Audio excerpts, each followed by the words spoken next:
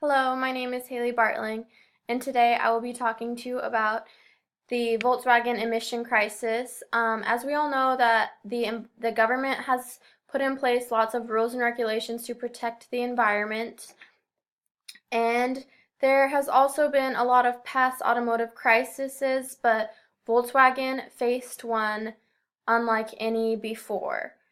Um, so in 1937, the government of Germany formed this automotive company that is now known as Volkswagen.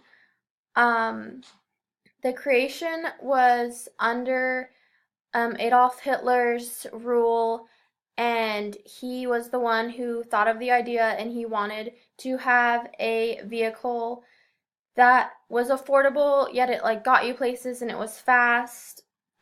So with the help of some special engineers, he created Volkswagen.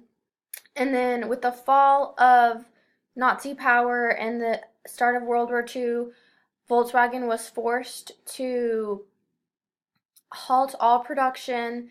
And then at the end of World War II, they restarted the Volkswagen production, and it helped Germany get back on its feet. So then eventually, after they were all back on their feet, Volkswagen moved to the United States and started production. And at first, because it had an association with Nazi Germany, it didn't take off that well.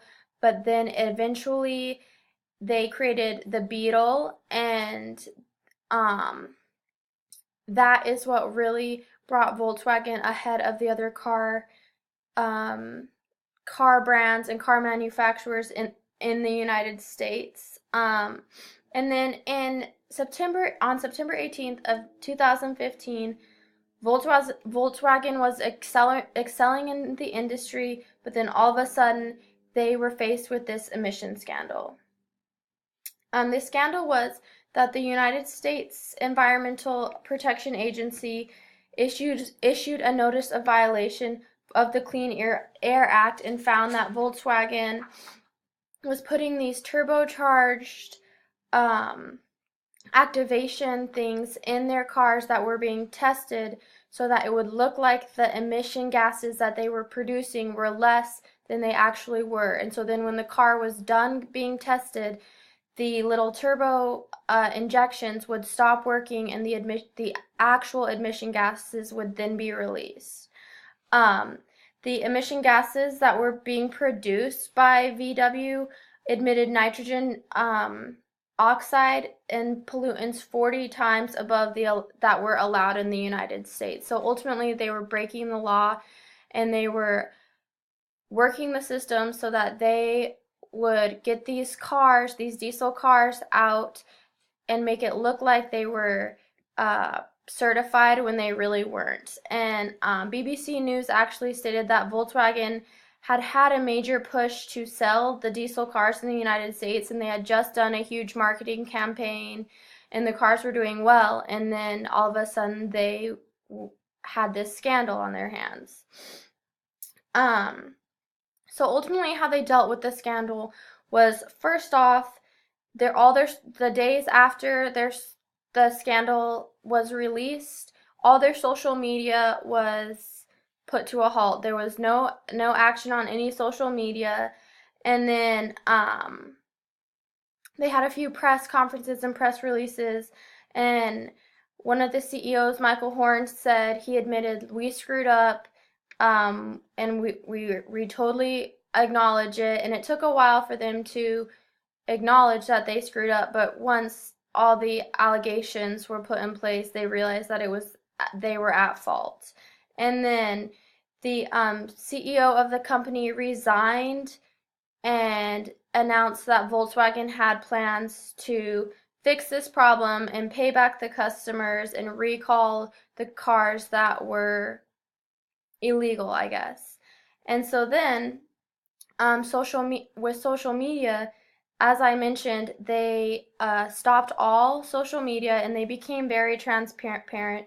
Having the CEO resign showed that they were trying to take responsibility of what happened. they had on a blog that I was reading, it had mentioned that their message was clear. They said, "We have messed up, we're sorry, and we will fix it." On Facebook and on Twitter, there was nothing, and then um, a few days later, they posted some things on Facebook, and there was a lot of negative comments. And on Twitter, there was a ton of negative comments to Volkswagen saying they had betrayed their customers and they had cheated the system.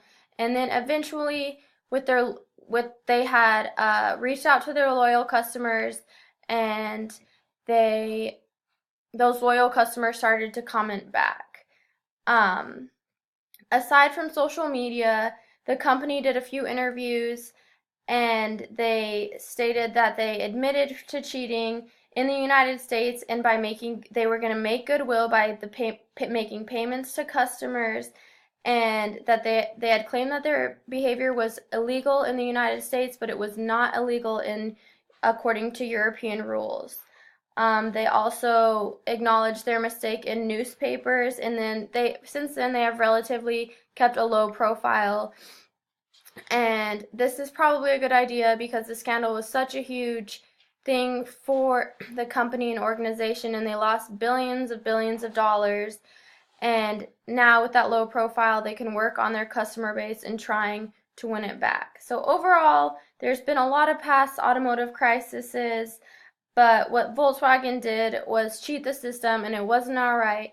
But they helped use social media and just the media in general to admit their wrongdoings and try to start with a clean slate. Thank you.